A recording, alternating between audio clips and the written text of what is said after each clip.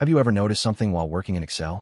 If you want separate worksheets for every single month, then we add like that. January, February, March one by one. Copying sheets, renaming tabs, repeating the same task again and again. It looks simple, but honestly, it wasted a lot of time. So I show you a smarter trick. First, create a simple list of months in your data. For example, type January and then drag it down from the fill handle. Now, select your full data table. Go to the Insert tab, click Pivot Table, choose New Worksheet, and press OK.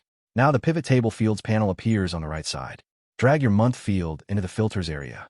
This step is important. Now, click anywhere inside the pivot table. Go to the top menu. Click Pivot Table Analyze tab. Then click Options. From a drop-down, select Show Report Filter Pages. A small window opens. Make sure your month field is selected. Now press OK. And just like that, Excel instantly creates separate worksheets for every month automatically. No copying, no manual sheet creation, no waste of time. Like the video, share it, and follow Best Learnings for more powerful Excel tips and automation tricks.